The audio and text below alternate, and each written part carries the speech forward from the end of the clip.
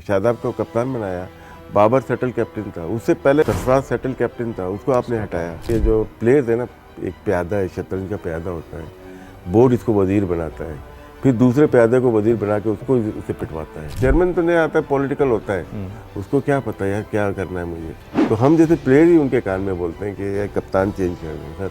90 के लौंडे ना, ये लकब सही मिला इनको। वो वापस आए, 10-11 हरवाया नहीं, हार गए। चलो 16 के बाद फिर चेंज होते हैं, तो सरफराज कप्तान आता है, कोच भी चेंज हो जाता है, बाहर का आ जाता है, फिर आप क्यों जीत जाते हैं। अजीम तरीन कप्तान इमरान खान, वसीम अकरम, इंजमाम, यूनुस, सरफराज। बाकी जितने भी है ना, इन्होंने इमरान खान को देख के क्रिकेट शुरू की, तो ग्रेट कौन हुआ? इमरान खान।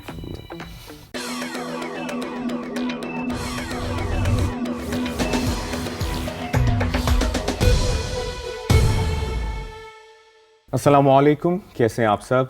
उम्मीद करते हैं आप बिल्कुल ठीक ठाक होंगे। जियो पॉडकास्ट में आपको खुश आमदीद कहेंगे। मैं हूं मुबश्शिर हाशमी। जियो पॉडकास्ट की हर एपिसोड में हम किसी सेलिब्रिटी, एक्टर, म्यूजिशियन, क्रिकेटर से आपकी मुलाकात कराते हैं और उनकी इंस्पायरिंग स्टोरी आप तक पहुंचाने की कोशिश करते हैं और उनसे सीखने की कोशिश करते हैं। आज के जो हमारे गेस्ट हैं, मेरी बड़ी खुशकिस्मती है, मैं इनका बहुत बड़ा फ़ैन रहा हूँ, आज भी इनका फ़ैन हूँ और पाकिस्तान क्रिकेट का एक बहुत बड़ा नाम रहे हैं। और आज की जनरेशन शायद विकेट कीपर्स की अगर बात करती है तो उनके यहाँ वो सोचते हैं कि ये स्टाइलिश बैट्समैन है, ये स्टाइलिश विकेट कीपर है, ये बड़ी ज़बरदस्त इसकी टेक्निक है। लेकिन अगर किसी ने 90s की क्रिकेट को प्रॉपरली फॉलो किया है तो उस दौर के और इस दौर के चंद बड़े विकेट कीपर्स में इनका नाम सर फहरिस्त होगा और उस लिस्ट में होगा। मेरे साथ मौजूद हैं पाकिस्तान क्रिकेट टीम के साबिक कप्तान, जो कि 92 से 2003 तक इन्होंने खिदमात सर अंजाम दी। उसके बाद कोचिंग में भी आए और विकेट कीपिंग का बड़ा नाम है और पाकिस्तान क्रिकेट का बड़ा नाम है।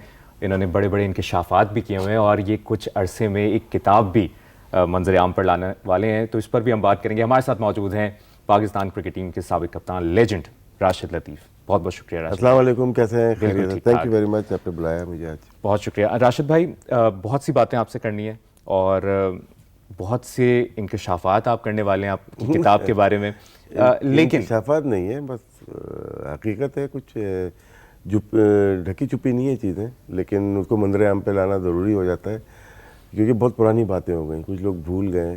तो थोड़ा सा रिमाइंडर है कि हमारी क्रिकेट पास्ट में कैसी रही है, जिसके असरात अभी तक मौजूद हैं।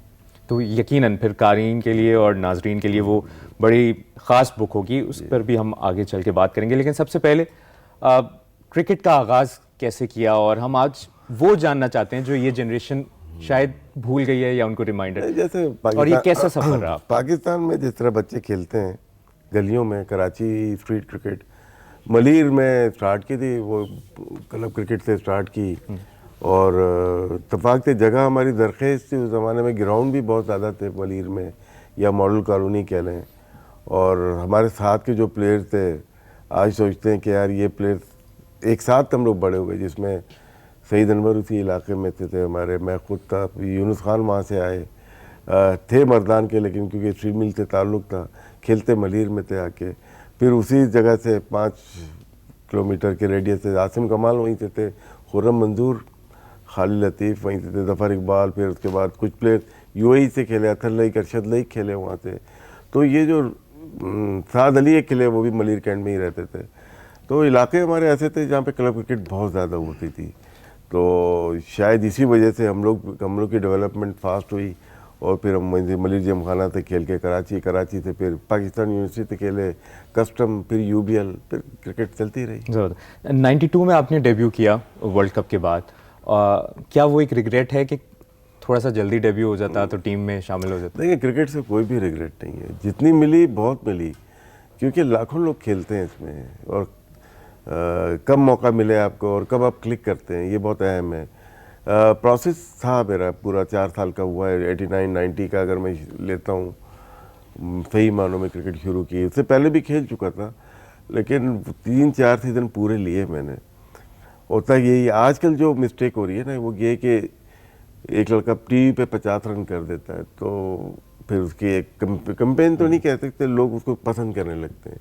और पीआर अब तो ज़्यादा होगी ना, आप लोगों के दौर में तो वो वाली पीआर भी नहीं थी, सिर्फ परफॉर्मेंस थी। पीआर देखिए, खेलना तो प्लेयर को ही होता है ना, पीआर से आप आ जाते हैं कि वैसे ही बाहर हो जाते हैं, वो गलत हो जाता है। तो प्रोसेस पूरा होना चाहिए। आजकल यही होता है कि एक प्लेयर खेला और उसके बाद पाकिस्तान टीम में जाता है, वहीं से वापस आ जाता है। बहुत सारी मिसालें आपको मिल रही होंगी यहाँ पे, लेकिन हमारा वो सिस्टम शायद बेहतर था कि आप पूरा फर्स्ट क्लास को देखते थे, खेलते थे, पूरे पूरी प्रोसेस से गुजरते थे। पूरे प्रोसेस अच्छा, से खेलते थे। हमारे जब 90s की क्रिकेट की बात होती है तो राइवलरी वसीम अकरम वकार यूनुस को, यानी वो एक पॉजिटिव कंपटीशन उनका होता था ऑन द फील्ड। आपका और मोइन खान का भी था ऑब्वियसली। 92 वो खेले 96 में आप खेले, 99 वर्ल्ड कप में वो खेले, 2003 में आप खेले।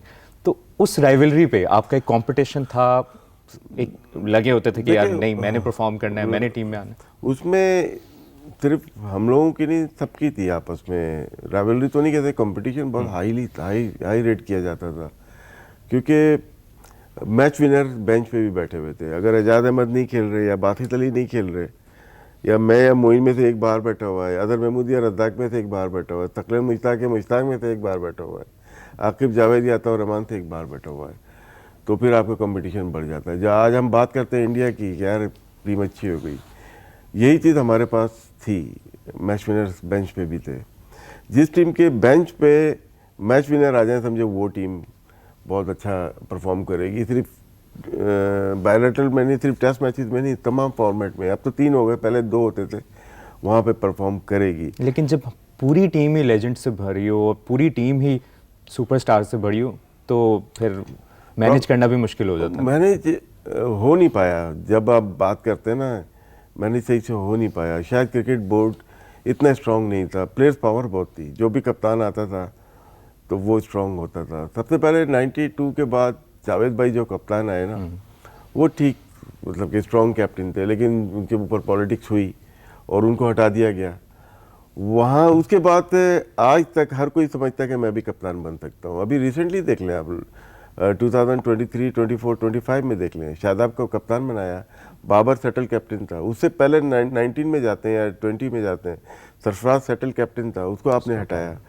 तो ये कामयाब तरीन कप्तान, ये स्टार्ट हुआ है मेरे ख्याल से 92 के बाद। या इमरान खान को भी हटाया गया, वो भी हटे नहीं तो उनको भी हटाया गया। अगर आप डीप में जाएंगे इसके अंदर, उस ज़माने के लोगों से बात करेंगे, तो वो भी एक था कि अब बस, अब हमारा टाइम आ गया है। तो जावेद भाई को हटाया गया, फिर वसीम अकरम आए, फिर वकार यूनुस आए, रमीज़ राज आए, मोइन खान आए, आमिर सोहेल, सईद अनवर, मैं, इंजमाम उल हक, सभी बने। एक वक्त तो आया कि 6-7 कप्तान एक ये देखें, ये वीक ऑर्गेनाइजेशन की कहानी है पूरी, कि आपके पास पॉलिटिकल अपॉइंटमेंट्स, हमारे जो भी गवर्नमेंट रही वो अपने लोगों को लाए। उस ज़माने में कदरे बेहतर था, लेकिन हमें डेंट जो पड़ा ना, वो फिक्सिंग से पड़ा। मैच फिक्सिंग के इल्ज़ाम, फिर ऑस्ट्रेलियन ने इल्ज़ाम लगा दिए, तो उससे एक सेटल टीम ख़राब हुई है। अब जाने अनजाने में जो गलतियां प्लेयर से हुई, उसका भरपूर पीसीबी ने फ़ायदा उठाया उसका, कि अब ये नहीं। तो क्योंकि आप कैप्टनसी का पीरियड देखें ना, बहुत कम मिलेगा आपको। तो वो मैच फिक्सिंग का दौर जो शुरू हुआ आपके सामने, आपने बहुत सी बातें भी मंजर-ए-आम पे आप लेके आए, शुरू कैसे हुआ, एक ट्रेंड कैसे आया? अच्छी टीम, 92 वर्ल्ड कप जीते हुए, एकदम पैसा कहाँ से आ गया? शायद मेरी गलती हो, क्योंकि चल तो रहा होगा पहले से भी। ऐसा तो नहीं है कि मैं आया और मैंने देखा, शायद मैंने देख के बता दिया, ये हुआ है सिर्फ, और कुछ भी नहीं हुआ।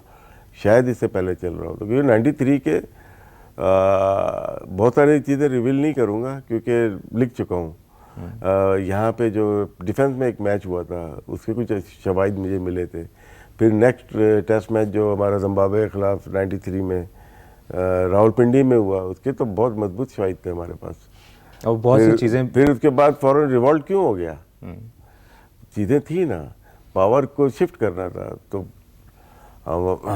जैसे मैंने ये कहता हूँ कि यार, ये जो प्लेयर्स है ना, एक प्यादा है, शतरंज का प्यादा होता है, बोर्ड इसको वजीर बनाता है, फिर दूसरे प्यादे को वजीर बना के उससे पिटवाता है। तो आप हिस्ट्री उठा के देखें पाकिस्तान, तो वो सिस्टम आज भी वैसा ही है? अभी रिसेंटली देख लें, दक्का अशरफ साहब के ज़माने में, या उससे पहले भी देख लें, बाबर आजम, अगर मानी साहब के ज़माने में सरफराज को हटाया गया, इस्तेमाल कौन हुआ? बाबर आजम हुआ। फिर बाबर आजम को हटाने के लिए शाहीन को लेके आना पड़ा, और फिर हमारे ये दोस्त यार दोस्त ही होते हैं ना जो क्लोज टू चेयरमैन होते हैं। चेयरमैन तो नहीं आता है, पॉलिटिकल होता है, उसको क्या पता यार क्या करना है मुझे। उसने एक प्रोफेशनल नीचे एक ही शुगर मिल है, एक मीडिया में बैठ रहा है, तो उनका काम नहीं है पीसीबी को हैंडल करना।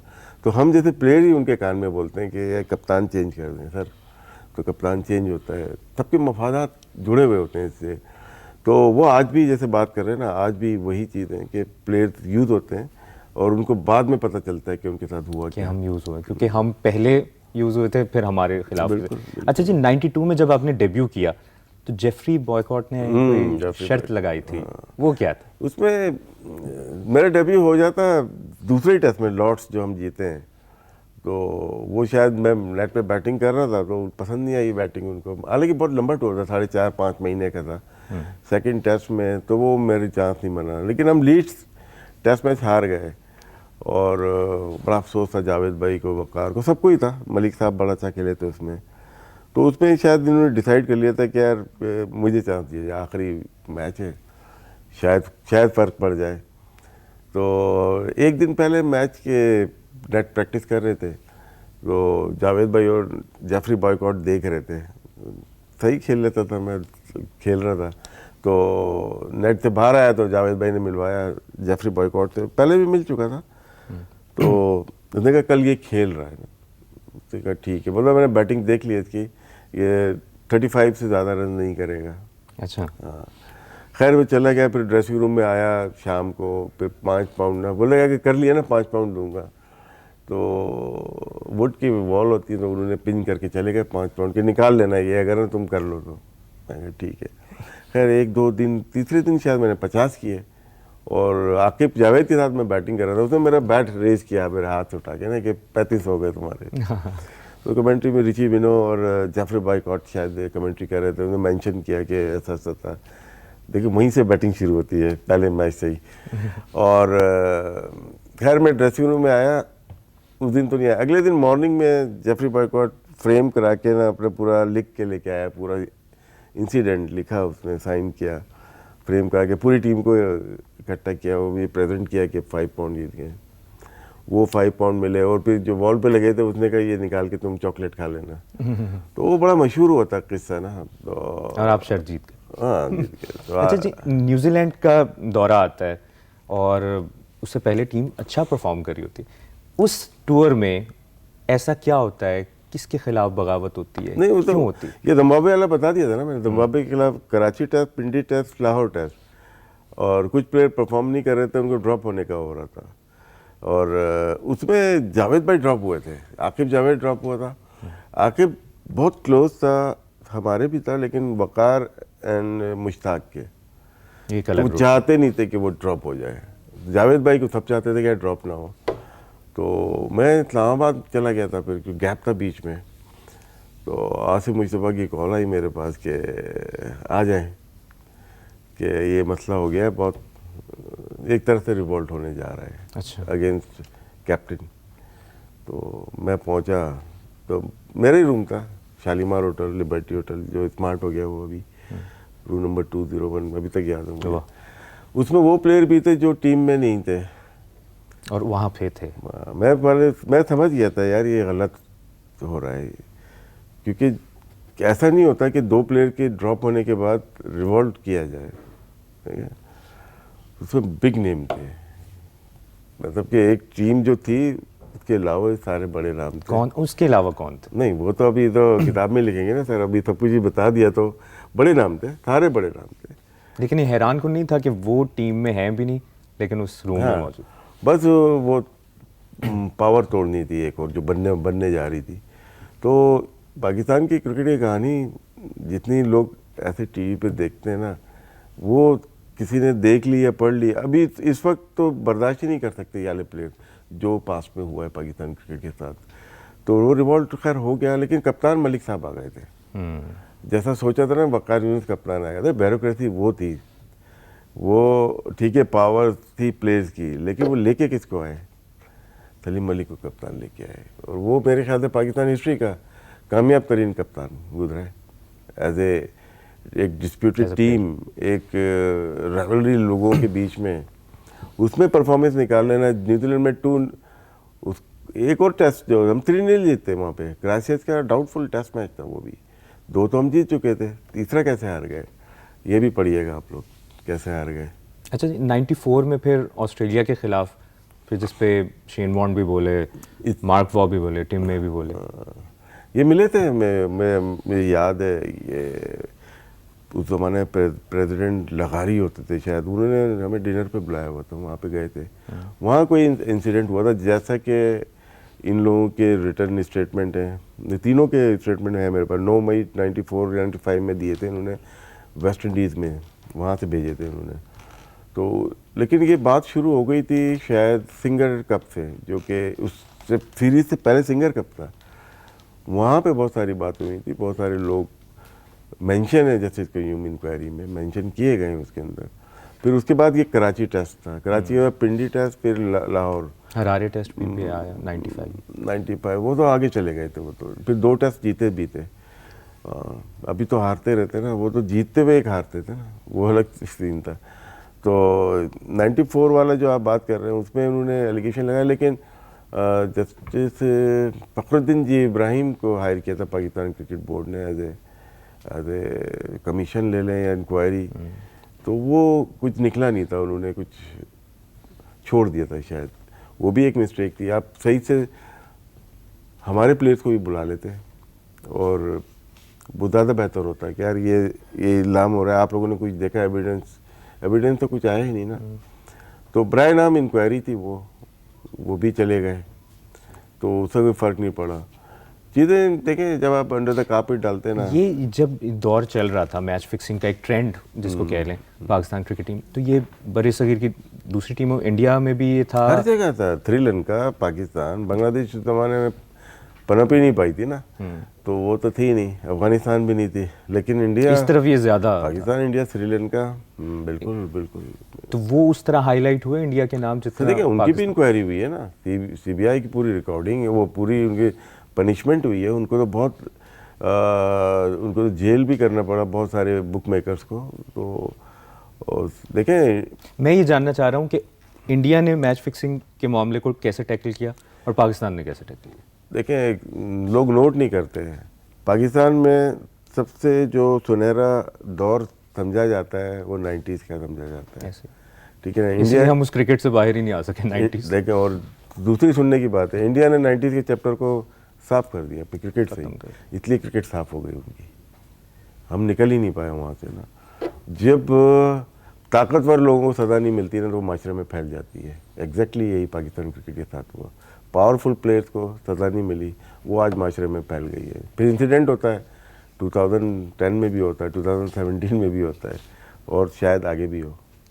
तो उस वक्त ऐसा वो पावरफुल शख्स या पावरफुल सिस्टम में इंसान कौन था जिसने ये सब होने दिया? या वक्त होती है ना, वो बचाती है कुछ लोगों को, सबके पॉलिटिकल कनेक्शन होते हैं, तो वहाँ पे बचाए जाते हैं। जस्टिस कयूम ने 2010 की रिकॉर्डिंग में है, मेरे पास क्लिप है, वो बोला कि अगर इम्प्लीमेंट हो जाती जो मैंने इंक्वायरी की थी, तो ये आज ये नहीं होता जो हो रहा है। बोलता है यहाँ पे लाइकिंग डिसलाइकिंग होती है, लोगों के ताल्लुकात होते हैं जिसमें बच गए। तो उन्होंने रिकमेंडेशंस तो लास्ट पेज में लिखा है ना कि रिकमेंड को पूरा इसको किया जाए, और जो लोग इन्वॉल्व हैं उनको दोबारा बोर्ड में नहीं लेके जाए, यहाँ पे बोर्ड के दोबारा कप्तान भी बने लोग। तो आपने करप्शन को और आगे बढ़ाया, जिसकी वजह से हमें प्रॉब्लम आई हैं। फिर 96 आता है, वर्ल्ड कप क्वार्टर फाइनल, हम क्यों हारे? क्या ऐसी क्या यार वो जडेजा बहुत अच्छा खेला उसमें ना, आप नोट कीजिएगा, एक बॉल आते ही साथ लेग भी 4 था, शेफर्ड ने आउट नहीं दिया था। मैं समझता हूँ वो बड़ा बिगेस्ट DRS होना चाहिए था वहाँ पे। हारने का ये कि शायद किसी खिलाड़ी की इंजरी की वजह से। सईद अनवर को मैं ब्लेम देता हूँ, सईद अनवर आउट नहीं होता हम जीत जाते हैं। वो सईद अनवर बहुत ही बड़ा प्लेयर था, बिलीव हमें बहुत। आमिर सोहेल, आमिर भाई भी हो गए, या इंजी, एजाज, सलीम मलिक, जावेद, सब खेल रहे थे। या शायद आमिर सोहेल उस मैच में कप्तानी उस तरह सही नहीं कर पाए क्योंकि अचानक कप्तानी मिल गई थी। नहीं, रन तो आखिरी 6 ओवर में बने ना, कप्तानी तो ठीक की उन्होंने, जो रिसोर्सेज थे उसके लिहाज से मेरे ख्याल से ठीक कप्तानी की थी। रन बहुत ज़्यादा नहीं थे, वो आखिर में अजय ने रन बनाए ना, उस पर अब आमिर सोहेल, वकार यूनुसी, आकिब जावेद को क्या बताता हूँ, पिच बहुत अच्छी थी, स्विंग हो रही थी, लेकिन बहुत ही अच्छा खेला। कि इंडिया में तो यहाँ जो आप बल्ले पे बॉल लगती है ना, थोड़ी स्लो जाती है बाउंड्री पे, इंडिया में जो लगती ही साथ जाती है, पिच का बड़ा कमाल होता है। तो ब्लेम नहीं दूंगा उसमें किसी को। कंट्रोवर्सी बहुत ज़्यादा बनी यार, ये नहीं, कप्तान नहीं खेले हमारे, नहीं खेले वो इंजर्ड थे यार। ये अभी मैं तो कमेंट करता ही नहीं इसके बारे में। हाँ, क्यों अपने आप को मुसीबत में डालूंगा। चलें, लेकिन फिर भी ऑब्वियसली देखें, क्रिकेट एक ऐसी चीज़ है जिसमें हम सबके इमोशंस इन्वॉल्व हैं। 90s की क्रिकेट हो, आज हो, हम सब, और स्पेशली इंडिया के ख़िलाफ़ एक बंदे का ज़्यादा इमोशनल वो होता है। इसी में एक ऐड कर लेते हैं, हम इंडिया से वर्ल्ड कप में क्यों हार जाते हैं? नर्व का कंट्रोल होता है। हम लोग हम देखें, वो जो अभी कुछ दिन पहले बात हुई थी कि 90s के बड़ों ने वो लेगेसी और वो सब, लेकिन 92, 96, 99, 2003, 2007, 2011 और ये चल रहा है। नर्व्स किसी एक की तो स्ट्रांग होती नहीं, कोई एक तो। देखिए हम लोग समझते हैं कि हमारी बॉलिंग बहुत अच्छी है तो वनडे में अगेंस्ट इंडिया। आप, मैं तो वर्किंग ही यही थी सारी। मैं जो टीवी पे बैठता हूँ या वर्किंग करके, ब्लाइंड तो बैठना ही नहीं होता ना। 92 को आप लेके सिडनी, मैं एक मैच पे आ जाता हूँ आपके साथ।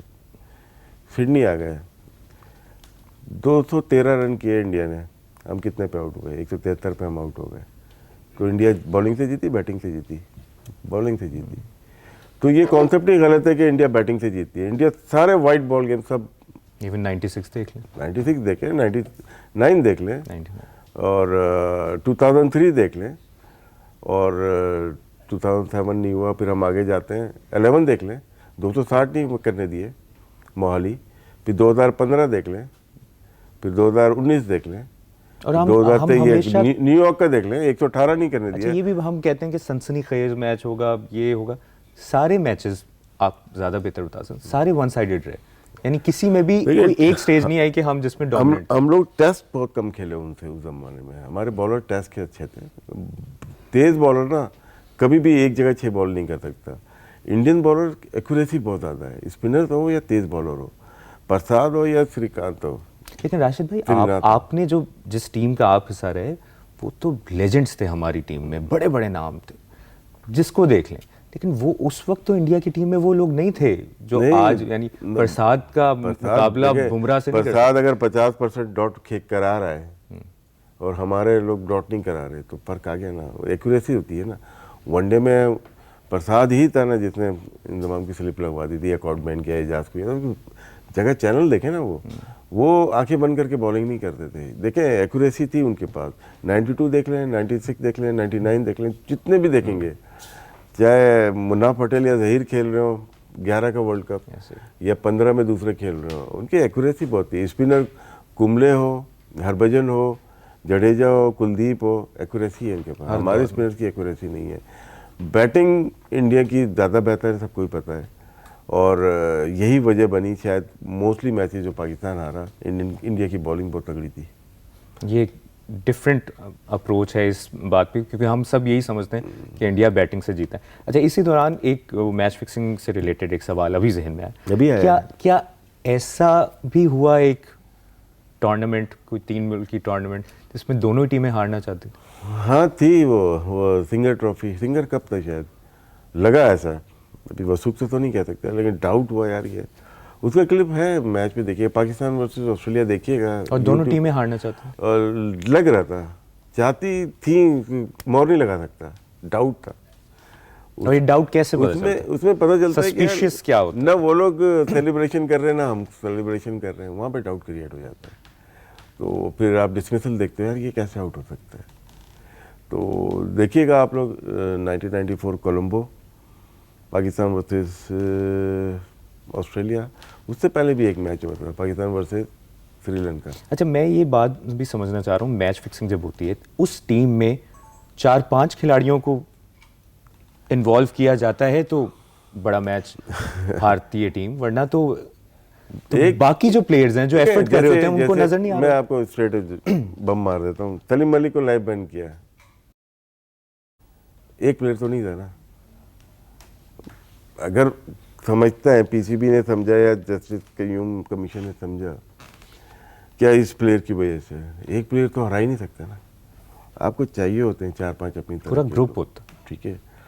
अब बाकी रह गए, वो फंस गए। अतौर रहमान लाइफ बैन गलत लगा है उसको, या इजी उसने टारगेट तो बताया नहीं ये हुआ अताउर था। रहमान इजी टारगेट इजी थे, टारगेट सलीम नहीं, मालिक। बस बाद में यही किया कि उसने गलत बयानी से काम लिया, क्योंकि उसको टारगेट ही ऐसा कर दिया था ना। तो उसको उस जमाने में शायद उनके लायर होते थे गवर्नर पंजाबी तारिक रहीम साहब थे शायद उस जमाने में। तो वो 2 बयानात उनके सामने आ गए इनके अतौर रहमान के, जिसकी वजह से उनको नुकसान हुआ।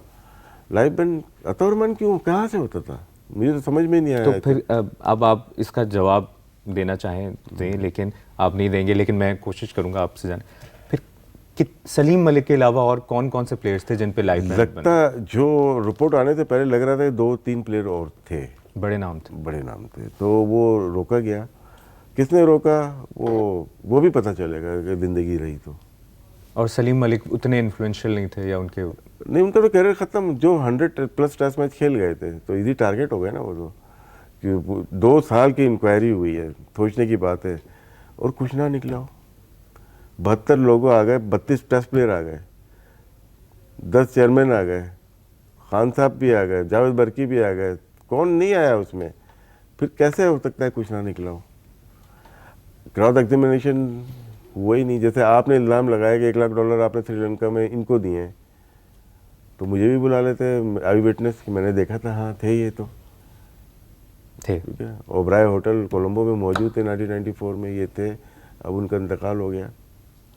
तो वो हमसे तो पूछा ही नहीं ना। और किसको मिले? वो तो कयूम इंक्वायरी पढ़ लेना आप थोड़ा सा बता भी देना आज नहीं, पढ़ना पड़ेगा। लोग ना तो गूगल क्लिक करें, जैसे कयूम इंक्वायरी पूरा पढ़ें आप, ये हुआ क्या था। और फिर एक और बात कि जो सलीम मलिक के साथ हुआ या अताउर रहमान के साथ हुआ, उसके बाद भी रीसेंट पास्ट में जब हमने देखा 3 प्लेयर्स पर ये हुआ, एक की वापसी हो गई, इस मामले में जस्टिस हुआ या आपके ख्याल में मैच फिक्सिंग हो या स्पॉट फिक्सिंग हो, लाइफ टाइम बैन हो? लाइफ टाइम अगर गिल्टी हो गए ना। अब ये जो केस है ना, जो आप तीसरा केस किया, ये जो 2010 वाला, वो मैच फिक्सिंग के ज़ुमरे में आया ही नहीं। वो तो डिफ्रॉड द बुक कीज आया ना, वो तो उसके ऊपर आया ही नहीं। बट जब भी तो जेल गए वो, as per law, English law के तहत इस वजह से गए। मैच फिक्सिंग में तो जेल नहीं है, ठीक है। फिर आईसीसी ने टच भी नहीं किया उसको, वो वैसे नहीं। तो ये तो केस ही दूसरा था। तो लोगों की इसमें भी एजुकेशन चाहिए कि क्या मैच फिक्सिंग है, क्या बुकी को आपने फ्रॉड किया है, ये बहुत सारी चीज़ें इसके अंदर शामिल होती हैं। आपके सोर्सेज क्या कहते हैं, क्योंकि आप बड़ा इन्वॉल्व रहते हैं, मैच फिक्सिंग का अब तस्वुर है या अब ख़त्म हो, या बहुत मुश्किल हो गया, या अब मॉनिटरिंग ज़्यादा नहीं, अब तो ये 2002-3 में आ गई थी, फैंसी होती थी, जो स्पॉट फिक्सिंग आपने बाद में नाम दे दिया। पहला वर्ड इसका फैंसी आया था, फिर इसके बाद ये स्पॉट हो गई, और छोटे छोटे उसमें होती है। इंटरनेशनल में शायद बहुत मिनिमाइज कर दी या ना होने के बराबर है। और अब लीग्स ने उनको लीग में टेक ओवर कर लिया, और सरोगेट आ गई है। पाकिस्तान में भी आई थी 2 साल, वो तो हमने शोर मचा दिया बहुत ज़्यादा। हम खुद मिले लोगों से जाके। मोहम्मद रिजवान का इसमें बड़ा अहम रोल रहा।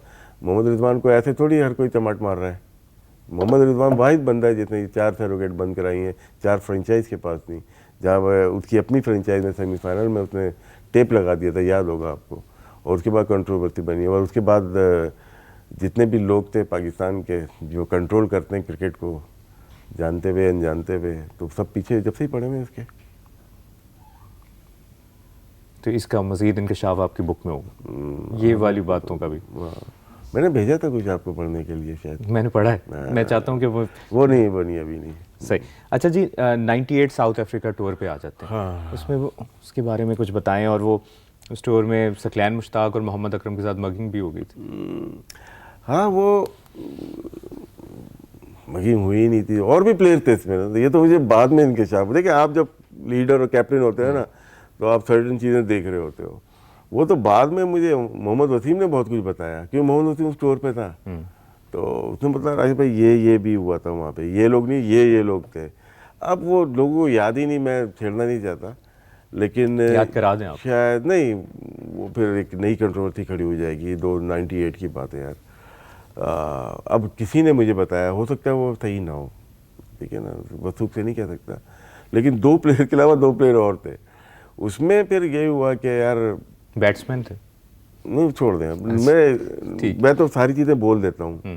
जब नहीं बोलनी तो जो मर्जी कर लें, वो मैं निकलती नहीं बाहर, नेचुरल है। अच्छा, उसमें 98 में यही हुआ कि यार हम नहीं खेलेंगे यार, ना हमारे साथ ज्यादती हुई है। हमेशा हम यही करते हैं ना, जैसे 93 में भी कहा था, पकड़े गए थे हमारे प्लेयर मर्जुआना पीते हुए, तो हमने भी कहा था यार ज्यादती हुई है हमारे साथ। ज्यादती नहीं हुई थी, हमने ज्यादती की थी उनके साथ। तो यहाँ पे भी जो 2 प्लेयर तो मेरे पास आए, वो डर गए, वो क्या यार टूर हमारी वजह से कैंसिल हो रहा है, ऐसा चीज़ हुई नहीं है। फिर मैं एक टेस्ट मैच डिले हुआ था, जो बग का टेस्ट मैच, मेरे तो इंजरी हो गई थी, डिले हुआ था, एक दिन का डिले हुआ उसमें। फिर अली बाकर वहाँ के होते हैं, सीओ होते थे या चेयरमैन होते हैं, उनको मैंने फ़ोन किया कि हम लोग स्टे कर रहे हैं, हम खेल रहे हैं। फिर मैं कमरे में नहीं था, मंडेले का फ़ोन आया था मेरे रूम में, मेरे वॉइस मैसेज मिला मुझे, और वो नहीं आता, उसने बहुत थैंक यू बोला कि आपकी टीम रुक रही है और हमारी रिस्पेक्ट आपने की है, और बहुत अच्छा उन्होंने हमें रिस्पेक्ट दी साउथ अफ्रीका टूर पे, जितने भी दिन रहे हम लोग वहाँ पे। और वो हमारी गलती थी यार, वो इंसिडेंट शायद मगिंग का चला गया, मगिंग से डिफरेंट चीज़ें हुई थी जिसकी वजह से। कुछ आइडिया दे देना, क्योंकि लोगों को नाइट क्लब बोल रहे हैं बस। मगिंग और नाइट क्लब में बहुत फ़र्क है। तो हमारे लोग ना, ये आपने सवाल किया तो लोग जाते नहीं है। जर्नलिज्म हमारा ना मादरत के साथ ख़त्म हो गया है, तहकीक नहीं करते। उस ज़माने के लोगों ने भी तहकीक नहीं की, और जिनको पता था उन्होंने लिखा नहीं, शायद उसमें बेहतरी हो। कुछ लोगों को पता था क्या हुआ था, तो वो इंसिडेंट अच्छा हुआ, हमारा वक्त पे फैसला हो गया कि यार हमें खेलना चाहिए, वरना वो भी एक गलत डिसीजन होता हमारी लाइफ का। हंसी क्रोएने के हादसे पे आ जाते हैं, उनकी तैयारी को हादसा आपके ख्याल में क्यों पेश आया? इत्तेफाक कह लें या मसलहतन कह लें, बहुत सारे लोग दुनिया में नहीं रहे जो जिनके ऊपर डाउट था, और मसलहतन ज़्यादा लगता है।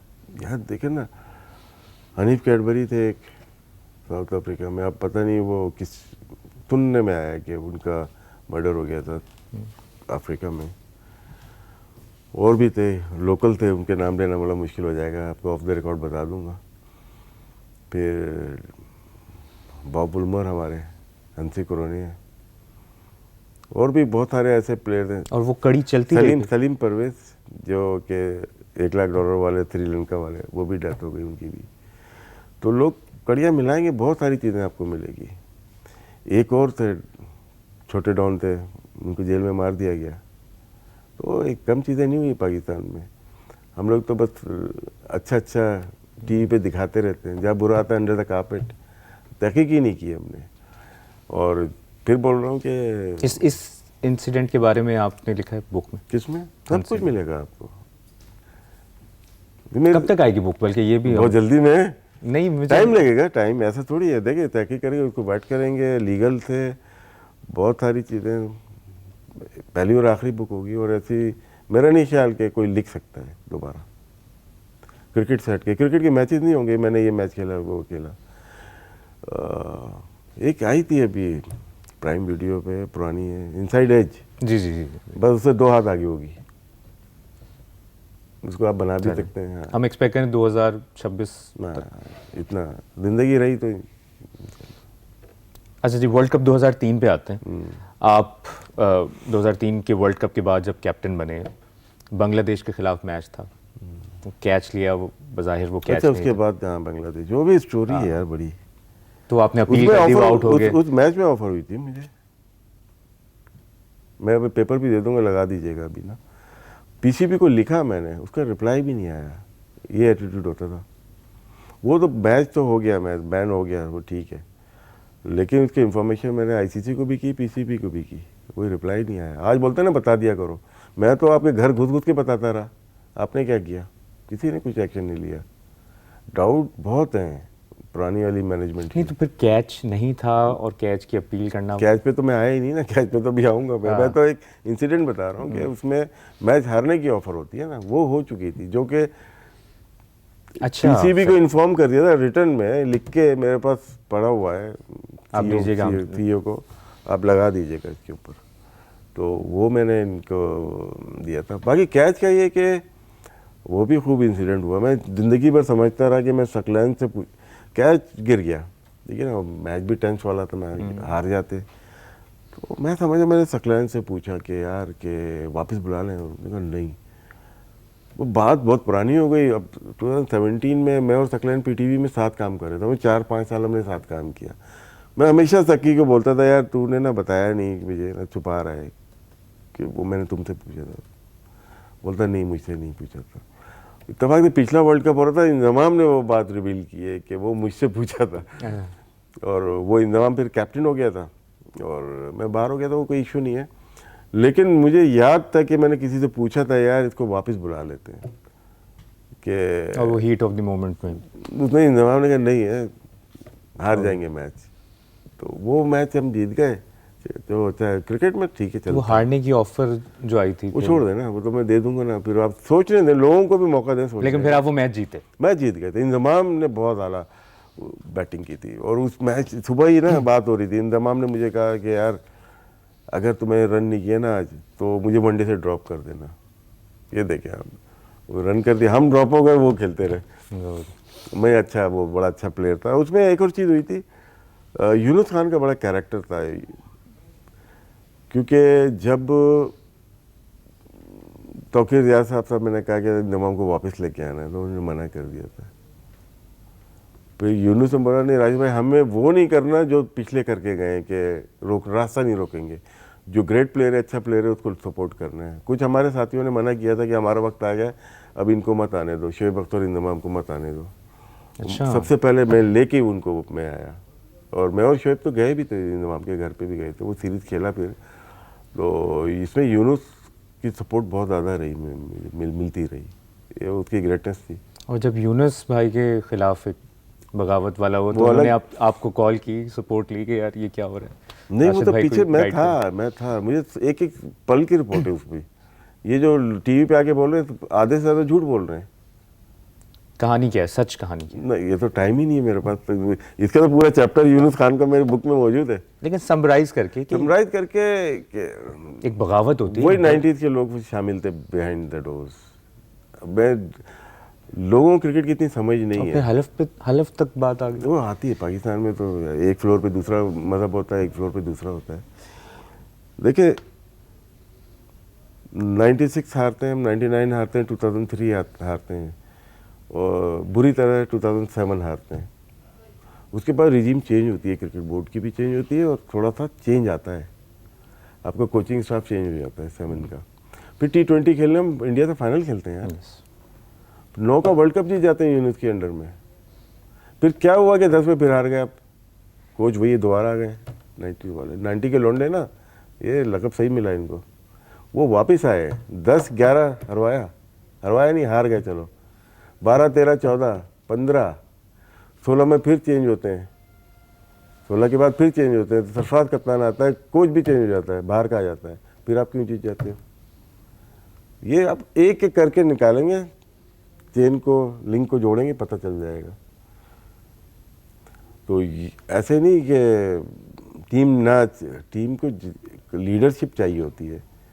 वो तीनों कप्तान जो लीडर थे ना पाकिस्तान के, मायानाज से, जिसकी वजह से जीत मिली उनको, नीयत उनकी थी, इमरान खान हो, यूनुस खान हो, एंड सरफराज अहमद हो।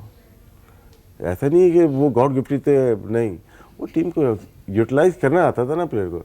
जनरल जो होता है ना, अपनी लड़ाई खुद नहीं लड़ता, अपनी फौज से लड़वाता है, बाकी ना खुद लड़ रहे होते हैं। नहीं, इनका 3 सबको देख लें, जावेद मियांदाद से लड़वाई, या आमिर सोहेल से, या वसीम अकरम से, 92 देख लें आप, वहाँ पे देखें 9 में खुद नहीं कर रहा। शाहिद आफरीदी, किसी ने नहीं पूछा, शाहिद आफरीदी उससे पहले तो 7 नंबर बैटिंग कर रहा था, कैसे चला गया ऊपर? वो क्रेडिट किसको जाता है? कप्तान को जाता है ना। शाहदेव को अचानक लेके आ गया न्यूजीलैंड के खिलाफ क्वार्टर फाइनल में या कोई मैच था उस दिन। फवाद आलम खेल गया प्लेइंग 11 में, सोहेल तनवीर बाहर बैठ गया, आमिर आ गया। तो ये कैप्टन की क्वालिटी थी। फिर वही प्लेयर अगेन चलेगा, टाइम इतना नहीं होगा, लेकिन वो यूनुस की ज़ुबानी सुनिएगा, वो ठीक है। और आपने इसमें बड़ी इंटरेस्टिंग बात की है जो मैं इस पे कि इंडियन क्रिकेट टीम ने 90s को वैनिश कर दिया। चैप्टर है ही नहीं उनका। तो हम 90s कब वैनिश करेंगे? जब 2025 आ गया, हमारा होगा कभी वैनिश? हम कभी दोबारा बिग 4 में आ सकेंगे? बिग 4 में देखिए, क्रिकेट हमारा पैशन है, रोज़ाना खेल रहे हैं, आ सकते हैं, जीतने के ऊपर है। जीतते जाएं आप लोग वापस। 90s को वैनिश कैसे करें, उस अप्रोच को, उस सिस्टम को? वो कुछ ऐसे लोग बोर्ड में जैसे में आने चाहिए जो कि सिर्फ पाकिस्तान का सोचें। वो फैन बेस ना हो कि ये इनका मैं फ़ैन हूँ, चेयरमैन हूँ, तो इनको बुला के इनको काम दे देता हूँ। नहीं, ऐसा नहीं होना चाहिए। बिहाइंड द सीन आपकी प्रोफेशनलिज्म बोर्ड में होगा तो फिर सारी चीज़ें मिट जाती है ना। आपने प्रोफेशनलिज्म लेके आना पड़ेगा क्रिकेट बोर्ड में। क्रिकेटर्स नहीं चला सकते, प्रोफेशनल चला सकते हैं ना। प्रोफेशनल वो चला सकते हैं जो क्रिकेटर्स भी हों और प्रोफेशनल भी हों। अगर सिलेक्शन कमेटी बन जाती है, चेयरमैन का क्या काम है? अगर चेयरमैन हो, नीचे प्रोफेशनल रखें ना अपने। चेयरमैन पॉलिटिकल होता है, इंडिया में भी है, हर जगह है, लेकिन उनके पास एडवाइजर्स ऐसे होते हैं, टीम ऐसी। अब आईपीएल हज़ारों करोड़ की कैसे बन गई और हमारा कौड़ियों की कैसे बन गई, ये भी सोचे ना। नियत का फतूर है ना हमारे यहाँ, तो हर चीज़ खा जाओ। ये आपका ब्रांड था, 2 साल आपका चला, तो इंडिया में भी होगा नियत का फतूर। एक बड़े सगीर में एक ही, वहाँ फिर मेरा नहीं कौन सी ऐसी ताकत है जो यार जो के ब्रांड को कहाँ से कहाँ ले गए वो। आईपीएल को देखते हैं या बिग बैश को देख लें, ऐसे बहुत ज़्यादा कमा नहीं रहे, लेकिन एक स्टेबल लीग है उनकी। लेकिन मैं ये पूछता हूँ कि हमारी लीग क्यों यहीं पे रह गई? जो पहले सीज़न में आपका प्लेटिनियम का प्लेयर था या डायमंड का प्लेयर था या गोल्ड का प्लेयर की सैलरी थी, वो आज भी वही है। बांग्लादेश आपसे ज़्यादा पैसे देने लगा तो प्लेयर बांग्लादेश जाने लगे। इन्होंने सोचा भी नहीं था कि बांग्लादेश दोबारा खड़ी हो जाएगी। बांग्लादेश लीग खड़ी हुई, फिर श्रीलंका लीग भी आ गई है, वहाँ प्लेयर जाने लगे। फिर साउथ अफ्रीका 20 शुरू हो गई है, फिर ILT20 शुरू हो गई है। ये चारों आपसे ऊपर चली गई, ठीक है। फिर उसके बाद वेस्ट इंडीज़ की अलग चल रही है। तो पाकिस्तान इस वक्त 6ठे नंबर पे लीग आ गई, जो अपने आप को दूसरे नंबर पे दावा करती थी। तो आपने क्या कमाया इसमें से? तो आपको लगता है PSL उस तरह ग्रो नहीं कर सकी जिस तरह बाकी डोमेस्टिक का एक छोटा सा इवेंट है, दैट्स ऑल। ये तो हम टीवी पे ज़बरदस्ती बहुत बड़ा करके दिखा रहे हैं। इसका लेंस वो होता है, लेंस हटा देंगे तो बिल्कुल छोटा सा बोना नज़र आएगा। ये तो हम टीवी पे दिखा रहे हैं, बिग इवेंट है। बिग इवेंट में कुछ भी नहीं है सर। टीवी राइट से पता चल जाता है आपको कि टीवी राइट्स कितने के गए, प्रोडक्शन राइट्स कितने के गए। लेकिन ये भी ना हो तो फिर हमारी क्रिकेट तो फिर बिल्कुल ही सर ये क्यों नहीं हो? ये तो बहुत पहले हो जानी चाहिए थी, और तो बहुत बिग ये ब्रांड तो बहुत बड़ा होना चाहिए था। अब इस पर इंक्वायरी कर रहे हैं लोग, ये क्यों नहीं हो पाया? कौन कौन गुजर के गए याद है? नॉन क्रिकेटर तो चला रहे हैं अभी भी। अब आप देखिएगा कि डायरेक्टर कौन होता है PSL का, उठा के देख लें। अब अगर गलती से मुझे बुला लेंगे तो मैं पेपर उठाऊंगा, ये कॉन्ट्रैक्ट है कराची किंग्स का है। मैं देखूँ कराची किंग्स कितने महीने काम कर रही है, 1 महीना सिर्फ। अब 10 साल होने वाले हैं, अब हम 11वें साल में चले जाएंगे, कॉन्ट्रैक्ट सबके ख़त्म।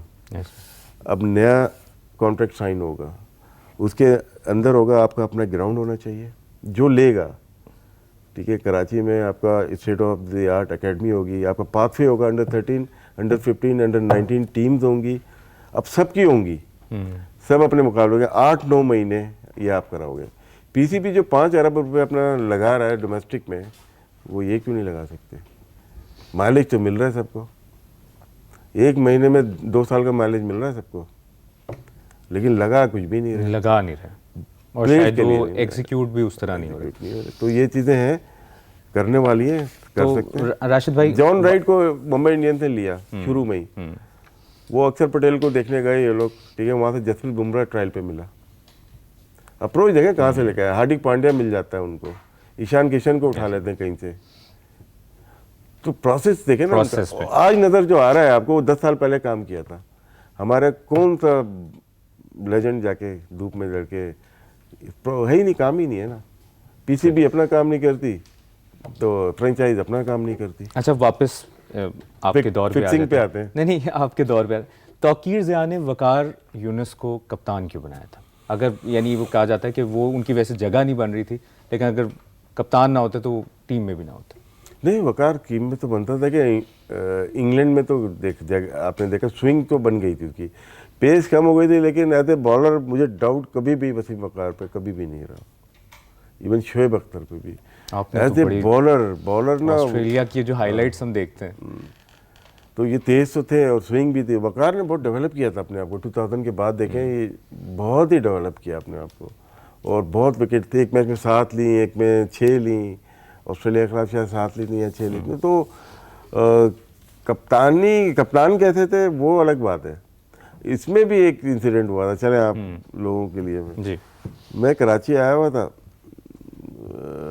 कैंप लगा हुआ था, तो 2 दिन के लिए कराची आया। अब पीछे पता नहीं क्या हो गया, मुझे नहीं पता, हम लोग टेंट में होते थे बाहर का ताफी स्टेडियम के। मैं एक दिन आया तो वकार अकेला बैठा हुआ है, कोई बात ही नहीं कर रहा उससे। मैं कहा क्या हुआ? बोलता है यार ये नाराज है हमारे प्लेयर्स मुझसे। मैंने कहा अच्छा। तो मैंने अपने कुछ करीबी दोस्तों से पूछा जो हमारी टीम में थे, बोला नहीं यार ये भी ना वो खानसा बन रहा है, यानी कि रिवॉल्ट वाला चक्कर चल रहा था। कप्तानी से उसको वर्ल्ड कप से पहले हटाना था। वो जनरल साहब में अक्लमंद इंसान थे, उन्होंने कहा नहीं। बात हुई थी मेरी उनसे ना, और लोग बात करते थे मुझसे, पता नहीं क्यों, हालांकि छोटा सा एक नाम था पाकिस्तान क्रिकेट का, लेकिन जनरल साहब हो या शहरियार साहब हो या खालिद महमूद साहब हो, सुनते थे लेकिन उस पर अमल होता था। लेकिन ये अमल किया। याला जो ये जो होने जा रहा था ना, आपने जो बॉल के वकार यूं की जगह नहीं बनती थी, कहीं से आया होगा आपके वकार की जगह नहीं बनती। उस पीरियड में देखिए सबसे ज़्यादा तो वकार ने आउट किया, तो आपने कैसे सोचा कि वकार की जगह नहीं बन रही थी? क्योंकि वो कंपेन थी पूरी है कि इसको हटाना है, हमें कप्तान बनना है। आपकी वसीम अकरम और वकार यूनुस से केमिस्ट्री कैसी थी? यार बहुत अच्छी, फास्ट बॉलर और विकेट कीपर देता हूँ ना, म्यूजिशियन और सिंगर का तो तालमेल तो मिलना चाहिए ना, उसके बगैर मेरा काम बनता नहीं था। और जो लाइफ में मेरे ये कह सकते हैं पाकिस्तान के ग्रेट जो गुजरे, तो उनको कीपिंग की है, जिसमें वसीम भाई हो गए, विकी है, शोएब है, समी है, उमर गुल है, डेब्यू उमर गुल का मेरे साथ हुआ, मुशी है, कादिर भाई को भी किए मैंने, तकलन है, दानिश है, और भी होंगे। सबसे तेज बॉलर कौन था? समी की बॉल लगती थी यार। शोएब अख्तर नहीं? शोएब अख्तर तो था ही तेज ना वो तो, लेकिन शोएब जिस पे आप यानी बैट्समैन से ज्यादा आप हो रहा होता, उसमें हो सकता है कि समी को जो मैंने बॉल जो मेरी लगी है ना, वो ड्यूक की बॉल थी। ड्यूक बॉल थोड़ा हार्ड होती है। शोएब तो था तेज, लेकिन समी की बॉल ना लगती थी आके हाथ के ऊपर। ये अभी नहीं बोल रहा मैं, बहुत पहले से बोल रहा हूँ ये। लेकिन समी उस तरह का बड़ा नाम क्यों नहीं बन सका? फॉर्मेट का था मेरे ख्याल से, इसको गलत टेस्ट मैच ज़्यादा खिला दिए इसको। अगर आप स्टैट्स निकालेंगे अभी भी, सोहेल तनवीर, उमर गुल, समी, ये आगे पीछे की बॉलर वनडे में, टेस्ट मैच में बहुत अच्छा नहीं रहा ये, लेकिन तो उसको खिलाना ही चाहिए था शायद। वनडे क्रिकेट या T20 बाद में अच्छा हो गया। T20 इस्लामाबाद यूनाइटेड से खेलता रहा, वो अच्छा रहा। तो हमारे फास्ट बॉलर में ये अच्छे थे, फास्ट बॉलर सारे ना। आप ज़्यादा और क्रिकेट खेल सकते थे? अभी आप में क्रिकेट बाकी थी? नहीं, ज़्यादा खेल गया मैं तो। अभी मैं जितने भी देख रहा होता हूँ ना, तो उनको यही बोलता हूँ कि ये कीपिंग की प्रैक्टिस नहीं कर रहे होंगे। बैटिंग बहुत अच्छी हो जाती है। जब आप टाइम नहीं दे पा रहे हैं कीपिंग को, या इंजरी साथ में कैरी कर रहे हैं, तो फिर टाइम हो जाता है कि यार बस, क्योंकि लोगों का एक इम्प्रेशन है यार ये कैच पकड़ता है, छोड़ता कम है। तो जब छूटने लगे ना और मैं खड़ा रहूँ, तो वो क्या कहते हैं उसको, सेल्फ रिस्पेक्ट एक होती है ना यार, क्या अंदाजा हो गया था कि यार बस। अच्छा, आपकी विकेट कीपिंग में इंस्पिरेशन कौन था? डुजॉन को मैंने बहुत देखा था, डुजॉन वेस्ट इंडीज कीपर। फिर हमारे सलीम यूसुफ भाई को बहुत करीब से देखा था। ये लोग थे। बाकी क्लब क्रिकेटर्स को मैं बड़ा देखता था। परवेजुल हसन मेरे साथ अंडर-19 का था, PNSC का, बहुत अच्छा कीपर था वो था। फिर हमारे मलिर में एक था फवाद खान, उससे अच्छा कीपर मैंने नहीं देखा। और वो ऊपर नहीं आ सके। बस होता है ना, एक सोच होती है। वो अथर लेक का नाम सुना होगा आपने, फास्ट बॉलर, सीमेंट पे वो स्टंपिंग किया करता था। 6 अगर आउट गया तो 4 स्टंपिंग अथर लेक की बॉल पे, न्यू बॉल पे। तो इतना तो वो मामूली इंसान तो नहीं है विदाउट हेलमेट उस ज़माने में सीमेंट विकेट पे कीपिंग करना। जो लोग खेलते हैं सीमेंट पे उनको अंदाज़ा होगा। अथर लाइक ठीक ठाक तेज़ बॉलर था। आपका यानी आपके बाद आप मोइन खान को कैसे विकेट कीपर को उनको रेट करते हैं, और फिर आपके बाद आपको क्या लगता है कौन सा? क्योंकि मेरे जहन में अगर रीसेंट पास्ट में कोई बड़ा नाम आता है विकेट कीपिंग का तो महेंद्र सिंह धोनी, जिसकी कैप्टेंसी भी थी और कैप्टेंसी। आपका फेवरेट कौन था बाद में? बाद में बहुत सारे देखिए क्विंटन डिकॉक को देखेंगे। देखिए आप लोग डिफरेंट तरीके से देखते हो, मैं थोड़ा सा कीपर्स को डिफरेंट, मैं मिस चांसेस देखता हूँ कि किसके जाना है, उसका डाटा भी कलेक्ट करते हैं। MS धोनी 18% मिस चांसेस हैं उसके करियर में। थोड़ा सा मार्जिन दे सकते हैं कि टर्निंग या ख़राब पिचेस पे भी की है। मुशफ़िकुर रहीम के तकरीबन 25% है। सरफराज और कामी का 20-21% है मिस चांसेस। और उसमें गिलक्रिस्ट 11% है। और AB डिविलियर्स है, ये हैं और भी हैं। और कौन कौन था, तो वो लिस्ट है मेरे पुरानी। हम मेरे मोइन के ज़माने का डाटा इतना ज़्यादा नहीं है, जितना भी है ना वो है बस। संगाकारा भी नहीं, इसमें भी नहीं आता। वो अच्छा कीपर। देखो सारे बैट्समैन हैं जो नाम ले रहे हैं आप। गिलक्रिस्ट और बाउचर दो ऐसे थे जो कि 10-11% के ऊपर हैं और जिनके 300 प्लस उस ज़माने में कैचेस थे जो डाटा कलेक्ट हुआ था। तो टिम पेन था, उसका भी बड़ा अच्छा रिकॉर्ड था। तो कुछ प्लेयर्स हैं। अब हम देखते हैं कि तीनों फॉर्मेट को मिला। ये मैं टेस्ट मैचेस की बता रहा हूँ, टेस्ट मैचेस का। तो लोग अक्सर देखते हैं यार इतने कैचेस पकड़ लिए, ये अच्छा कीपर होगा। सिलेक्शन का एक क्राइटेरिया, सिलेक्शन में भी ऐसे ही होता है कि मिस चांसेस किसके कम होंगे यार, उसको देखते हैं। उसकी जो गैदरिंग है वो कैसी है, सारी चीज़ें देखनी होती है। तो मोइन खान हमारा तो खैर दोनों साथ ही खेले सारे, वो कभी राइवलरी तो होती होगी, लगी नहीं है। मतलब कि वो करता होगा जो मोइन। मैं असल में बहुत साथ रहे, नदीम के साथ मैं बहुत रहा, उनके घर पे आना जाना मेरा। पियानिडी में नदीम मेरे साथ था, फिर मोइन और हम कैंप में साथ होते थे। तो एक दूसरे को कीपिंग कराते थे, सिखाते भी थे, ऐसा नहीं है। और मोइन से बहुत कुछ सीखा। मतलब मुझसे उसने कुछ सीखा नहीं सीखा, लेकिन मैंने मोइन से फाइटिंग जो स्पिरिट थी ना, हार ना मानना, वो बड़ी अच्छी चीज़ थी मोइन में।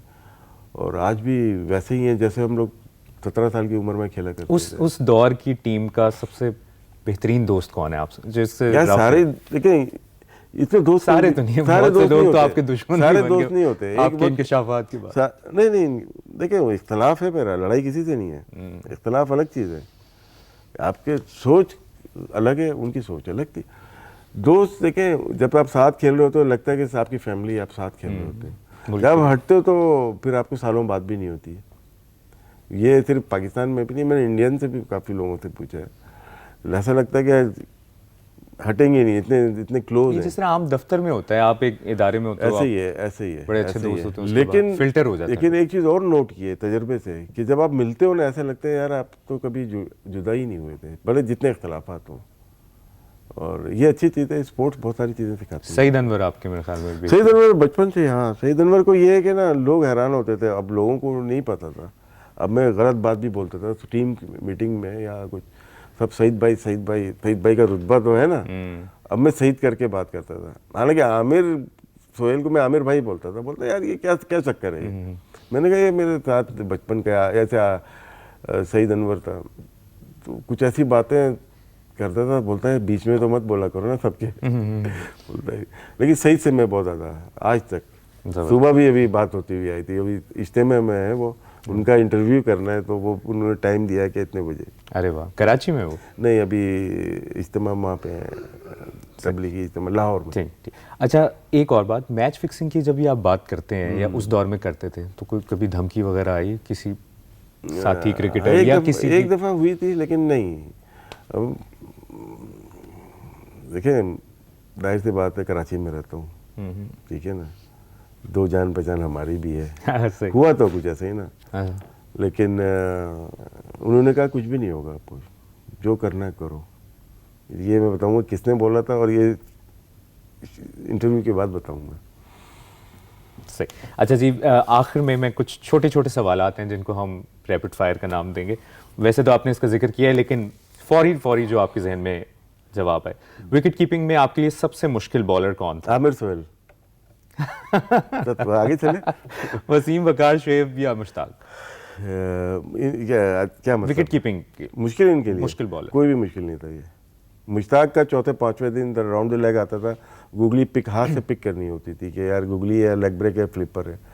बाकी इनके दोनों के हाथ से देख के बॉलिंग करता था, रिवर्स हो रही होती ना, शाइन देख के करता था मैं। 50% जॉब मेरी डिलीवरी से पहले हुई होती कि बॉल किधर जाएगी।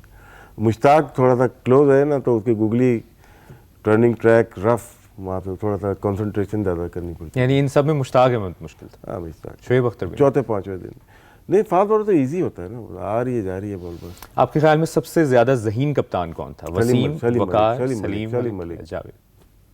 कोई करीब भी नहीं था। अगर आपको इनमें से एक स्पिनर चुनना हो तो आप सकलैन मुश्ताक अहमद या दानिश कनेरिया में से किसको चुनेंगे? मुश्ताक अहमद। टेस्ट मैच के लिए, वनडे के लिए सकलैन मुश्ताक। आपके मुताबिक 90 की दिहाई का सबसे अच्छा फास्ट बॉलर कौन था? Glenn McGrath, Curtly Ambrose, Wasim Akram या एलन डॉर्डन? यार मुश्किल काम है, मुश्किल काम। कहीं तो आपको फंसाना है ना राजवीर भाई। Curtly Ambrose. Curtly Ambrose. अगर आपको किसी एक पाकिस्तानी क्रिकेटर के साथ पूरी जिंदगी ड्रेसिंग रूम शेयर करने का मौका मिले तो वो कौन होंगे? वसीम, वकार, आफरीदी, सईद अनवर? सईद अनवर। आपको सबसे मुश्किल विकेट किस मुल्क की लगती थी? पाकिस्तान की। स्किट करती है, नीचे रहती है। मैं डीएचए में कीपिंग की है कि टेस्ट। Australia, England? सही। नहीं, आसान होती है वो तो, बॉल आ रही है ना, वहाँ वेदर भी अच्छा होता है, लाइटिंग अच्छी होती है, डे नाइट हो या डे हो, इजी होती है वहाँ पे। यहाँ पे ना नीचे रहती है बॉल। अगर आपको पाकिस्तान के किसी एक मैच को तारीख के सबसे बड़े मैच का दर्जा देना हो तो वो कौन सा मैच होगा और क्यों? हारने में, जीतने में। जीतने। आप हारने में भी बता सकते हैं कि कौन सा मैच जीत सकते थे? सिडनी टेस्ट जो हम 96 में जीते ना, वो बेस्ट टेस्ट मैच था। और आपके मुताबिक पाकिस्तान का सबसे अंडररेटेड क्रिकेटर कौन था आपके दौर में? सारे ही थे। सब बड़े प्लेयर थे, लेजेंड थे, सुपरस्टार्स थे। मतलब क्या, बहुत सारे को वो रुतबा नहीं मिला जो कि मिलना चाहिए था। आज मैं देखता हूँ ना, सईद से यही बोल रहा था, जब हम छोड़ दी तो बाद में जो प्लेयर आए वो भी अच्छे थे, लेकिन मैंने कहा सईद यार हम तुम्हारा मजाक उड़ाते थे, मैं तुम जो लेजेंड थे, लेकिन वो रुतबा वाले नहीं मिला। यूसुफ को नहीं मिला वो रुतबा, यूनुस को नहीं मिला। 10,000 8,000 रन है इन लोगों के यार। तो हमारे यहाँ मोस्टली जो फॉलोइंग है ना फास्ट बॉलर की शायद थी। बैट्समैन में जब जावेद भाई को मिला है, जावेद भाई को मिलना भी चाहिए था, वो तो आइकॉनिक प्लेयर हैं। बाद में जो पॉपुलर हुए शाहिद अफरीदी एंड शोएब अख्तर को जो मिला है, फेम मिला है, अच्छा मिला फेम, उनको खुशी होती है देख के। लेकिन यूसुफ और यूनुस मेरे ख्याल से अच्छा इनको मिला। कोइंसिडेंस चेक है। इनमें से अजीम बैट्समैन कौन है? सईद अनवर, मोहम्मद यूसुफ, यूनुस? नहीं, इसके तीनों अदीम ही है, मेरे लिए तो अदीम है। तीनों घर के लोग हैं यार, क्यों मरवाओगे? नहीं, अंडररेटेड एक होता है ना कि जिस तरह आप यूसुफ यूनुस का तो हमने देखा कि रिकॉर्ड्स में भी नाम, सईद भाई का उस तरह लोग जान नहीं सके जिस लेवल के वो लोग प्लेयर। नहीं, मैं तो अपोजिशन से पूछ रहा हूँ ना। एक मैं किस्सा बताता हूँ। हम लोग गए शारजाह में, मैचेस थे, होटल के बाहर ही ना मुरलीधरन, सांगाकर और ये बैठे हुए थे, चमिंदा वास ना, मैं वो सईद आए तो मिला ना, सईद भाई करके बात करते थे। सईद ने कहा मेरी फॉर्म अच्छी नहीं चल रही ना, अभी खेला नहीं, बल्ले को हाथ नहीं लगाया, कल खेलूंगा मैच में। तो खैर ठीक है, चमिंदा वास आया, पहले ओवर में 4 चौके उसको दिया। तो बहुत हाईली रेट करते थे सईद अनवर को। चमिंदा वास अपने इंडियन और जो हम लोग खेले ना, तो बहुत ही सईद अनवर तो एक बहुत ऊंचा दर्जा था। कौन से क्रिकेट बोर्ड चेयरमैन को आपने सबसे ज्यादा मुखलिस पाया और? माजिद खान। और अगर आपको 90 की दहाई की किसी एक टीम में दोबारा खेलने का मौका मिले तो 92 world cup team, 96 world cup team या 99 वर्ल्ड कप? किसी में भी नहीं। 99 तो मैं मोइन खान को क्यों बाहर कराऊंगा? नहीं, कहीं ना कहीं चले साथ में। 99 की टीम बेस्ट टीम थी। देखिए 96 की टीम भी अच्छी थी, लेकिन अब यहाँ पे आते हैं तो 3 प्लेयर ऐड हो जाते हैं। बैट्समैन को छोड़ दें, allrounder Razzaq, allrounder Azhar Mahmood, allrounder Shahid Afridi, Saqlain already आपके पास था, मुशी भी था। तो आपकी टीम बैटिंग देखें सर। बैटिंग यूसुफ और ऐड हुआ था एक ना, और रज़ाक अगर ऊपर चला जाता, वजाहतुल्लाह वास्ती, इंजमाम, ये तो ऑलरेडी मौजूद थे, एजाज अहमद वगैरह थे। लेकिन तो वैसे वो टीम ऐसी थी कि हम 99 वर्ल्ड कप फाइनल में 132 पे आउट हो जाते। यही तो मुहम्मा है। उसको हल करना है ना हमें, तो 1 साल में हो जाएगा। तो अफसोस भी होता है ये इतने करीब पहुंच के हारना, क्योंकि देखिए वो वाकई टीम- उस जैसी टीम फिर नहीं, वो शायद जैसा 92 में भी नहीं थी। उस जैसा वर्ल्ड कप भी नहीं खेला वो पाकिस्तान। Dominance। मैं लीड्स पे गया था टेस्ट मैच देखने, ऑस्ट्रेलिया वाला जो जीते थे, मैं था वहीं पे, ग्राउंड पे था।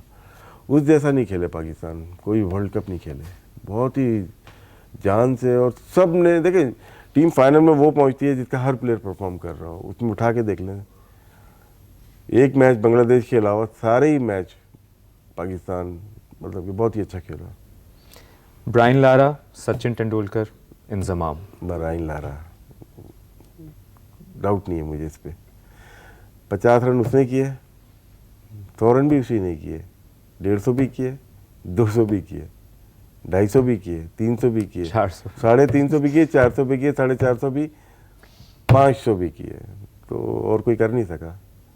तो ब्रायन लारा। अगर आपको कोई एक कानून क्रिकेट से हटाने का इख्तियार बहुत दिया सारे हैं यार। तो कौन सा? पावर प्ले, नो बॉल पे 3 हिट, सब बॉलर का डाउट क्रिएट हो रहा है ना। बैट्समैन का फायदा। लास्ट 2 ओवर में 20 रन चाहिए, बल्कि 1 ओवर में 17 रन चाहिए। ये तो मैं जो हुआ है वो बता रहा हूँ। पहली बॉल होती है, 9 बॉल छक्का लग जाता है, 7 रन आ गए ना आपके। अब कितने रन रह गए? 7। Game over. वो डेलीब्रेट जानबूझ के कर ले तो क्या होगा? कोई पकड़ ही नहीं सकता। तो जिसपे डाउट हो रहा है ना, वो लॉ ही हटा दो। और एक और देखिए, टाइम बहुत आया हो रहा है अब। T20 में ना लेग बिफोर ख़त्म कर देना चाहिए, क्योंकि अमेरिका में अगर क्रिकेट लेके जानी है, T10 लेके जानी है, तो बेसबॉल की तरह जाना पड़ेगा आपको। आज आप लोगों को गलत बात लगेगी, 10 साल बाद आप इम्प्लीमेंट कर रहे होंगे इसी चीज़ को। शेन वॉर्न ने है, सिर्फ बॉलर का तो नुकसान ही नुकसान है। LBW भी खत्म हो गया। देखो जिस बॉलर को 10 रुपये भी मिल रहे हैं ना, इस गेम बढ़ने के बाद 20 रुपये मिलने लगेंगे, उसको फ़र्क पड़ जाएगा ना फाइनेंशियली। शेन वॉर्न ने बड़ी अच्छी बात की थी एक, कि बॉलर का कोटा 5 ओवर का होता है ना अभी, वो 4 ओवर कर दो, तो LMLA प्लेयर नहीं खेलेंगे फिर। ये बहुत अच्छी बात थी। तो वो भी है, बहुत सारे रूल्स हैं जो कि डेलिबरेटली गेम को डाउट क्रिएट किया हुआ है जिन्होंने, वो ख़त्म होने चाहिए। Shane Warne, Anil Kumble, Muralitharan, Shane Warne. किस वक्त करियर के किस पॉइंट पे सबसे ज्यादा प्रेशर महसूस हुआ? जब कप्तानी में बैंगलोर नहीं जब मैच फिक्सिंग की बात करने लगे या रिटायरमेंट का फैसला? नहीं, मैच फिक्सिंग तो मेरा ना टॉपिक है ना, बस डिग्री नहीं मिली PhD की, वो तो है। मैच में बैंगलोर टफ था। स्टार्ट जब हुआ ना, जब आप जाते हैं इंडिया में, पता नहीं कितना क्राउड था और आवाज़ नहीं आ रही थी। जैसे पॉइंट पे अगर आमिर भाई खड़े हुए आवाज़ दे रहा हूँ, या सवाल ही नहीं। 5 मिनट लगे, 5 ओवर लगे इसमें। सिद्धू और मंजरेकर शायद बैटिंग कर रहे थे। वो एक याद है मुझे। बाकी तो नर्व्स होती हैं थोड़ी सी, आप नर्वस होते हैं, थोड़ा जाते हैं, खेलते हैं, लेकिन वो नॉर्मल होता है। लेकिन वो बैंगलोर याद है मुझे, वो हारने के बाद भी वो लाइफ में फ़र्क पड़ा, मेरी लाइफ में फ़र्क पड़ा। और जो जब रिटायरमेंट ले ली थी मैंने ना, उसके बाद, उससे पहले की मेरी लाइफ डिफरेंट थी, उसके बाद मेरी लाइफ रही नहीं। फिर मैं इन्वेस्टिगेटर ही बन गया ना। फिर वो मेरी लाइफ, क्रिकेटिंग लाइफ। वैसे आप जर्नलिस्ट क्यों नहीं बने? आपको बड़ा हूँ नहीं क्या, मैं हूँ। आप हैं, आप तो सीनियर सहाफ़ी, तजियाकार के सारे आप वो टिक करते। बहुत सीखा मैंने, मेरे साथ के जो हैं वहीद खान से बहुत सीखा, समीउल हसन बरनी, ये हमारे साथ में खेलते भी थे।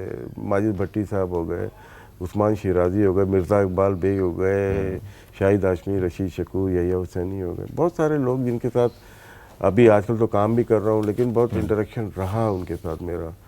अली सलमान क्लब क्रिकेट खेलता था हमारे साथ, तो बहुत इंफॉर्मेशन। बहुत सारे लोग, जोजी अपना वहाँ पे होता है एहसान पिंडी में, तिपरा साहब की डेथ हो गई। बहुत सारे लोगों से बहुत कुछ सीखा। ये नहीं है कि आप सिर्फ अकेले काम कर रहे हो, आप हर एक से सीखते हुए चले जाते हो। मन्नू भाई बैठे हुए, इनसे भी हमें 30 सालों में बहुत कुछ सीखा। अगर मैं नहीं सीखूंगा तो बस मिलना जुलना ऐसा ही नहीं है, तो बहुत चलता रहना चाहिए, चलना चाहिए। आखिरी सवाल, अजीम तरीन कप्तान इमरान खान, वसीम अकरम, इंजमाम, यूनुस, सरफराज? हर दौर देखो, मैं बोलना तो पड़ेगा। नहीं बोल दूंगा मैं, पीछे देखो, एक ने 92 वर्ल्ड कप जिताया, एक 99 फाइनल तक लेके गया, एक T20 वर्ल्ड कप जिताया, एक बाकी जितने भी है ना, इन्होंने इमरान खान को देख के क्रिकेट शुरू की। तो ग्रेट कौन हुआ? इमरान खान। बहुत बहुत शुक्रिया आपका राशिद भाई। आपको एक तो मैं तहे दिल से शुक्रिया अदा करना चाहूँगा कि आपने टाइम नहीं, निकाला। अच्छा लगा यार, थोड़ा डिफरेंट था आज। और दूसरी बात, आपकी जो किताब का, मैं उसको सनसनीखेज इंकशाफात से भरपूर किताब कहूँगा, सनसनीखेज नहीं लेकिन जो भी किताब है, जो भी आने वाली है 2026 जैसे या बोलते हैं ना इमरान सीरीज, वो हाँ। समझे कि वही है। तो 2026 या जब भी आएगी, हमारी नेक तमन्नाएं आपके साथ है और यकीनन आप कर रहे हैं तो बहुत सीखने को और समझने को Thank मौका you, मिलेगा। मुबशिर, बहुत thank बहुत you, शुक्रिया। बहुत नाज़रीन, जियो पॉडकास्ट में आज राशिद भाई हमारे साथ मौजूद थे। इनकी हमने स्टोरी जानने की कोशिश की और इन्होंने जितनी यादें ताज़ा की, बातें की। अगले जियो पॉडकास्ट के एपिसोड में किसी और क्रिकेटर, किसी म्यूजिशियन, एक्टर के साथ आपकी मुलाकात कराएंगे, उनकी स्टोरी आप तक पहुंचाएंगे। तब तक के लिए अपना ख्याल रखिए। अल्लाह हाफ़िज़। मेरे साथ मौजूद हैं अज़लान शाह, इनके साथ मौजूद हैं डॉक्टर वरीशा अज़लान। आप सारे पॉडकास्ट करेंगे तो हम कहाँ? बड़ा अच्छा सवाल है आपका। दुनिया डिजिटल हो रही है, आप डिजिटल हो गए सर। ये हॉरर पॉडकास्ट करते हैं और ये मुख्तलिफ जिन्नात की स्टोरीज आप तक पहुंचाते हैं। मैं हॉन्टेड एरियाज में गया हूँ और क्या क्या एक्सपीरियंसेस हुए हैं। सब नॉर्मल चल रहा है, अचानक से जो है अज़लान बेड पे उठ के बैठ जाओ और इन पे जिन चढ़ाओ। ये जो फैमिली व्लॉगिंग पे हमारे पास बहुत से गेस्ट्स आए, बहुत तनकीद भी होती है कि यार ये क्या फैमिली बेच रहा है, ये घर दिखा रहा है, ये सब कर रहा है। भाई आप भी तो जीतो पाकिस्तान देखते हैं, आप लोग भी जो है वो ड्रामा देखते हैं, उसमें भी तो लड़कियां आ रही होती हैं। क्या रजब भट्ट का ये कहना बनता था कि कौन फहद मुस्तफा? मेरे ही शो में कहा था कि भाई वो कौन Fahad Mustafa, but I personally believe, देखो वो उसका ज़ाती ओपिनियन है। और शुरू से मेरा था यार मैं एक दिन मिलूंगा शाहरुख खान से, मैंने करीब से देखना है शाहरुख खान को, और वो चीज़ हुई। सर काउंटडाउन आता है, झूमे जो पठान बजना शुरू होता है और वहाँ से शाहरुख खान आता है। मुबशिर भाई मैं आपको बता नहीं सकता, हम शाहरुख खान से मिलने जा रहे हैं, मैं और मुबशिर बहुत जल्द। End of story.